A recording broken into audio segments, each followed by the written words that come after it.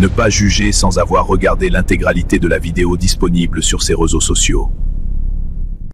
Le zèle, c'est la force de Dieu dans les choses de Dieu. C'est un don. Dieu nous a donné la force pour faire ces choses. Sinon, là, tous les dimanches, on ne peut pas se lever pour venir se rassembler. C'est vrai. Il y a une force de Dieu qui est un don, qui est en toi. Ouais. On appelle ça le zèle. C'est un don de l'esprit. Je vous ai dit que Paul n'a cité que les dons pour le corps et l'ensemble. Yes. Mais voici des dons particuliers. Tu te lèves, tu es fatigué, mais tu te lèves, tu viens en assemblée parce que tu veux être avec tes frères. En réalité, même si tu ne viens pas, tu pourrais rester plus suivre en ligne. Ouais. Mais il y a une force qui te donne de venir parce que tu sais que tu seras utile. Amen. C'est un don, c'est une force. Cette force-là aussi, Dieu te permet de l'utiliser pour aller au boulot.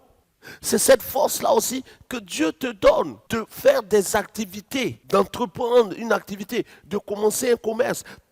Il y a une force en nous que Dieu nous a donnée, qui est un don de Dieu, qu'on appelle le zèle. Le zèle est un don de Dieu qui te donne, c'est une force de Dieu. On dit quand quelqu'un est zélé pour quelque chose, il est pressé de faire la chose. Oui. La motivation vient de Dieu. Ouais. La motivation est appelée, ce qu'on appelle le zèle, c'est en fait la motivation qui est en fait une force de Dieu qui nous pousse à vouloir faire des choses. Amen. Le casque du salut, Et l'épée de l'esprit, le casque du salut et l'épée de l'esprit qui est la parole de Dieu. Je vous ai dit que la parole est un don. Yes. Parce que c'est cette parole qui donne la foi. La parole doit être installée en toi pour produire ce don qui est appelé la foi. Mais cette parole qui est installée en toi, qui produit le don qui est appelé la foi, la parole même est un don. Qui produit la foi qui est un don. OK. Et la parole plus la foi donne la justice. La parole plus la foi donne l'assurance du salut, qui est un don.